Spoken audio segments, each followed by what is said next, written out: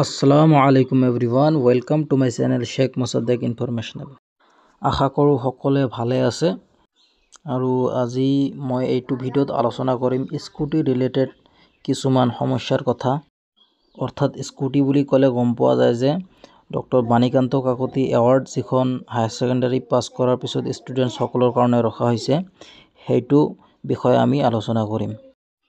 মই যেতিয়া পাছ কৰিছোঁ হায়াৰ ছেকেণ্ডাৰীত তেতিয়া মোৰ পাৰ্চেণ্টেজ আছিল 75 আৰু মই সেইটো পাৰ্চেণ্টেজত আৰামছে স্কুটিখন পাইছোঁ আৰু তাত কোনো ধৰণৰ সমস্যা হোৱা নাই। কিন্তু বৰ্তমান তোমালোকে স্কুটিৰ ৰিলেটেড যিখিনি নিউজ এনেধৰণৰ পাই আছে ইউটিউবৰ জৰিয়তে যে 80% লাগিব তোমালোকৰ কাৰণে পাৰ্চেণ্টেজ। তো মই তোমাক এইটো কথা ক্লিয়াৰ কৈ দিওঁ যে এনেধৰণৰ কোনো অফিচিয়েলি কোনো ডিক্লেয়াৰ এতিয়ালৈকে কৰা নাই যে 80% লাগিব পাৰ্চেণ্টেজ। তো তোমালোকে আগতীয়াকৈ সেইটো মনত ভাবি লৈ ভয় নাখাবা। 75ত স্কুটি দি আহিছিল আৰু সেইটোতে দিব যেতিয়ালৈকে মুখ্যমন্ত্ৰী ডাঙৰীয়াই নিজে এইটো কথা ঘোষিত নকৰে।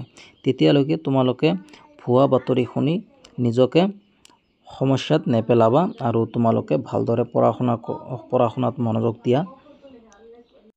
এইখিনিতে আমাৰ নতুন এটা প্ৰব্লেম দেখা দিছে যে প্ৰপাৰ ষ্টুডেণ্টছে স্কুটি পাবনে নাই।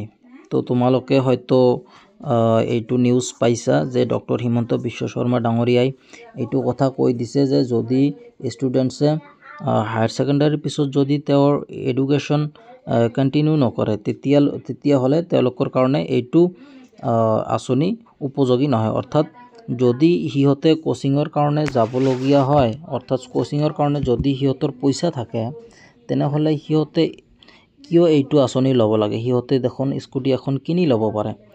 চ' মুখ্যমন্ত্ৰী ডাঙৰীয়াৰ কথাত যুক্তি আছে আৰু সেইমতে মুখ্যমন্ত্ৰী ডাঙৰীয়াই এইটো কথা এনেদৰে তেওঁ দাঙি ধৰিছে। আৰু চোৱা, মই তোমাক এইটো সমস্যাৰ সমাধান দিওঁ, কিয়নো মই যেতিয়া হায়াৰ ছেকেণ্ডাৰী পাছ কৰিছিলোঁ আৰু পাছ কৰাৰ পিছত মই প্ৰায় 2 বছৰমান গেপ দি আছিলোঁ। অৰ্থাৎ মই 2 বছৰ ক'তো এডমিশ্যন কৰা নাই, তথাপি মই এইটোৰ কাৰণে এলিজিবল হ'লোঁ।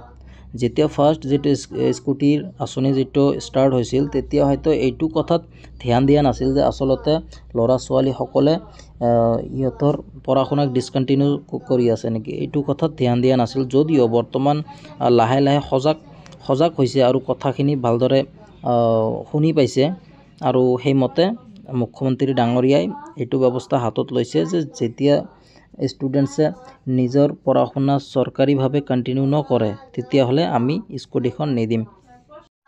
যিহেতু প্ৰব্লেম দেখা দিছে আৰু প্ৰব্লেম যদি আহে তেনেহ'লে আমাক সমাধান উলিয়াবই লাগিব। চ' মই তোমাক এটা এডভাইচ দিওঁ যে তোমালোকে হায়াৰ ছেকেণ্ডাৰী পাছ কৰাৰ পিছত তোমালোকে কোনোবা এটা কলেজত নামটো ভৰ্তি কৰি থবা জাষ্ট ফৰ কণ্টিনিউছ ষ্টাডি, যাতে সিহঁতে শ্ব' কৰে, সিহঁতৰ আগত যাতে শ্ব' কৰে যে তুমি তোমাৰ পঢ়া শুনা কণ্টিনিউ কৰি আছা।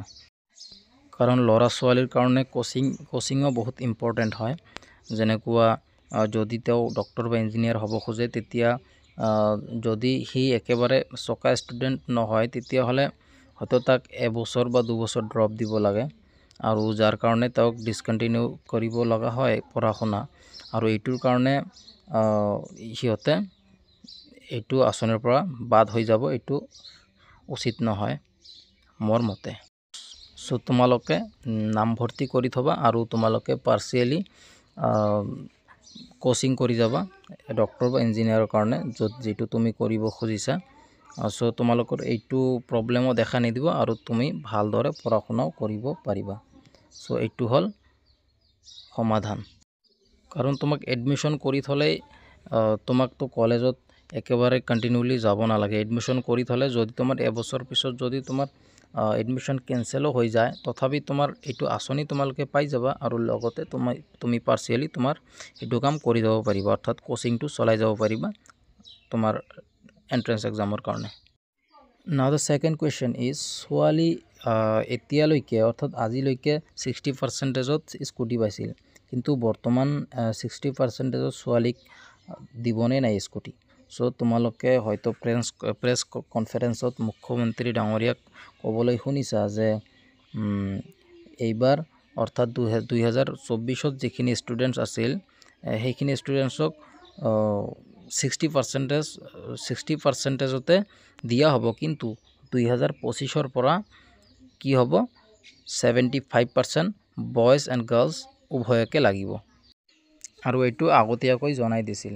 সো সেইটো যদি সিহঁতে ফলপ্ৰসূ কৰে তেতিয়াহ'লে তোমালোকে এইবাৰ ছোৱালী আৰু ল'ৰা উভয়কে 75% লাগিব, কিন্তু এইটো 80% আকৌ হৈ নাযায়। সো আজিলৈকে এইখিনিয়ে আছিল। বাই।